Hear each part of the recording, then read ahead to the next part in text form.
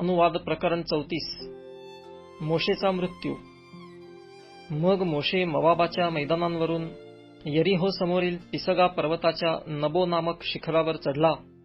तेव्हा दानापर्यंतचा सर्व गिलाद प्रदेश, नफ्तालीचा सर्व प्रदेश, एफ्राईमाचा व मनश्शेचा प्रदेश आणि पश्चिम समुद्रापर्यंतचा यहुदाचा सर्व प्रदेश आणि नेगेब व सोअरापर्यंतची तळवट म्हणजे खजुरीचे नगर यरीहो ह्याचे मैदान, हे सर्व परमेश्वराने त्याला दाखविले.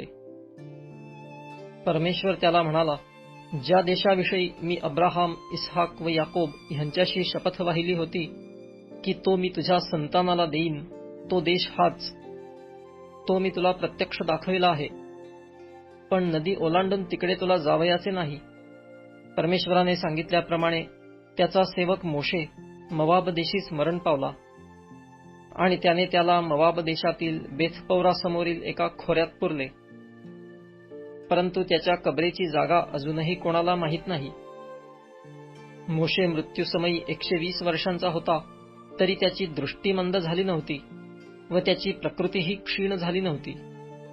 इस्रायल लोकांनी मोवाबाच्या मैदानात मोशेसाठी 30 दिवस शोक केला. मग मोशेबद्दल सुतक धरून शोक करण्याचे दिवस संपले. नूनाचा मुलगा यहोशवा ज्ञानाच्या आत्म्याने परिपूर्ण झाला होता, कारण मोशेने त्याच्यावर आपले हात ठेवले होते. इस्रायल लोक त्याचे ऐकून परमेश्वराने मोशेला आज्ञा केल्याप्रमाणे वागू लागले. परमेश्वराच्या प्रत्यक्ष परिचयाचा असा मोशे समान कोणी संदेष्टा इस्रायलात आजवर झाला नाही.